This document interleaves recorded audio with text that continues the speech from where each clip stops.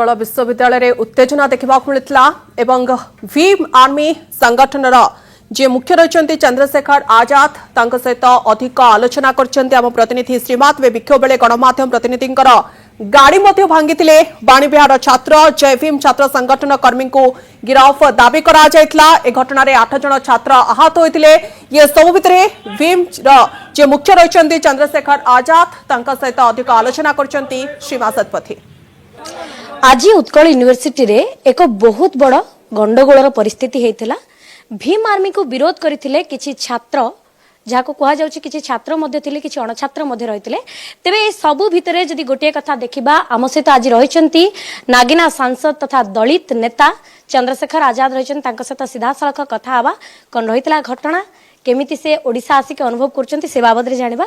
आजाद जी पहले आपको स्वागत करते हैं कनक न्यूज में। धन्यवाद आपका बहुत बहुत।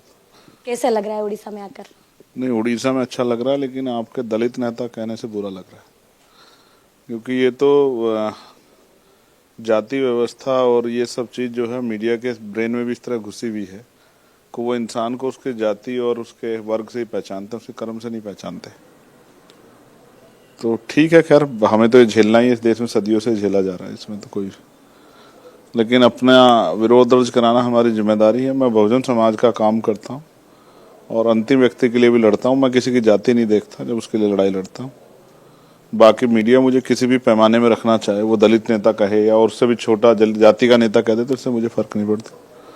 मैं महापुरुषों का आंदोलन चला रहा हूँ जो बहुजन समाज का आंदोलन है। आजाद जी, आप उड़ीसा आए, पर आज जो उड़ीसा में जो परिस्थिति हुई और पिछले कई दिनों से हम देख रहे हैं, आप 4-5 दिन पहले मथुरा गए थे, वहीं पे भी ऐसा कुछ सिचुएशन हुआ था। तो आप जहां जा रहे हैं वहीं पे कुछ ना कुछ प्रोटेस्ट होता है क्या? आज आपने क्या देखा? हमारा अच्छा खासा प्रोग्राम चल रहा था।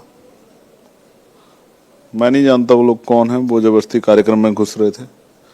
हमारे वॉलंटियर्स ने मना किया और जब बाहर आके देखा तो उन्होंने बाहर बहुत सारी गाड़ियों को, इवन बस को भी, 5-7 गाड़ियों के साथ एक बस को भी, जिन बसों में हमारे वर्कर आए थे, उनको भी तोड़ा।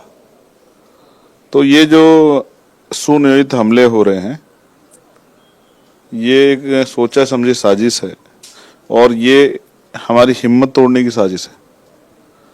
इस तरह के हमलों से हम लोग डरने वाले नहीं। और आप छात्र कह रहे हैं, ऐसे ये छात्र नहीं है, ये गुंडे हैं और इन गुंडों का इलाज करना हम लोग को आता है। हम कानून के जरिए इनका इलाज करेंगे। मैं विरोध को हमेशा स्वीकार करता हूं। मैंने अंदर से भी कहा कि कोई हमारे खिलाफ प्रोटेस्ट करना चाहता है, उसका अधिकार वो कर सकता है, लेकिन अगर कोई उद्दंडता करेगा, यानी कि हमारे आर्थिक नुकसान पहुंचाएगा, हमारी गाड़ियां तोड़ेगा, हमारे लड़कों के साथ बदतमीजी करेगा, मारपीट करने की कोशिश करेगा, तो फिर ये उद्दंडता है, इसका दंड देना भी हम लोग जानते हैं। संविधान ने हमें शक्ति दी है कि इस तरह के लोग जो उद्दंडता कर रहे हैं उनको दंडित भी किया जाए। तो हम कानून के जरिए उनको दंडित कराएंगे।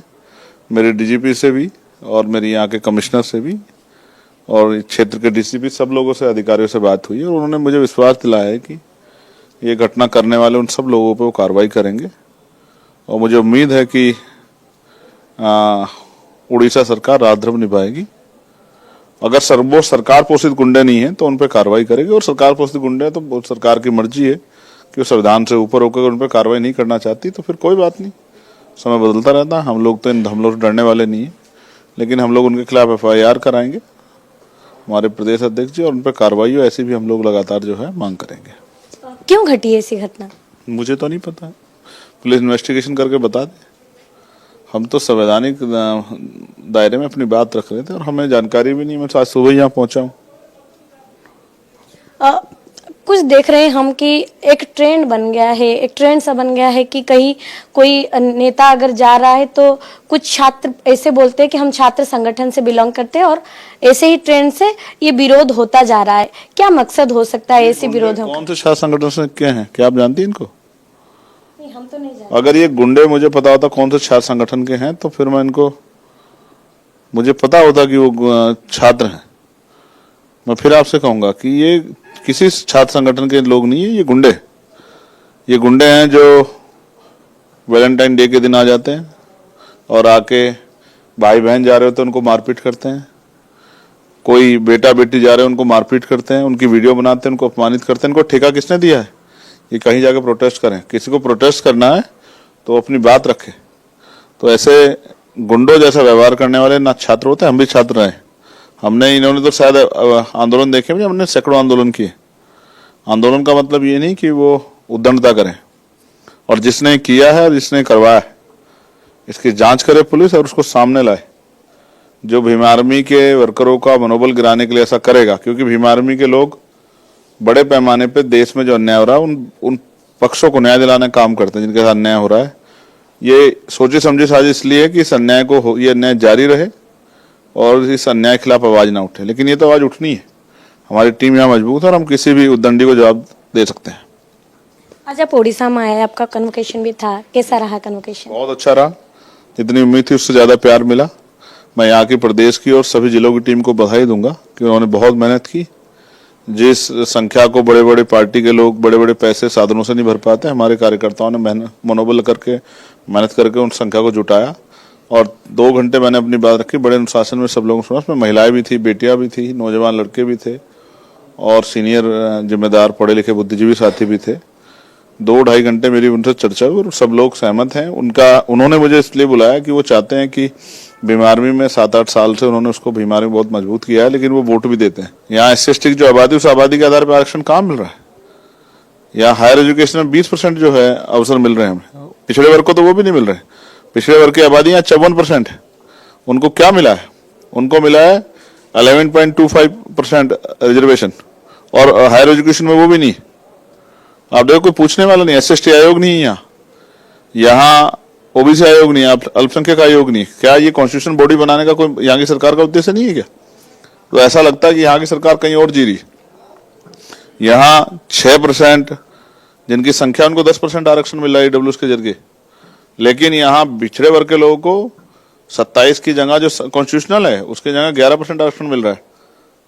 तो सरकार वहां जाके नॉर्थ में जाके बड़ी बड़ी बातें करती है कि हम पिछड़े वर्ग के हितैषी हैं, हम पिछड़े वर्ग को पैरों पर खड़ा करेंगे, हम हिस्सेदारी सम्मान देंगे। यहाँ तो जो 27% कॉन्स्टिट्यूशन बैठता है वो भी नहीं दे रही।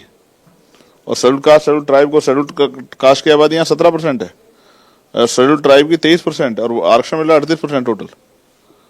आचार्य जी, जो आपकी बातें हैं, ये सारी बातें उन तक पहुंचेगी जिनके लिए हम ये अवेयरनेस कर रहे हैं?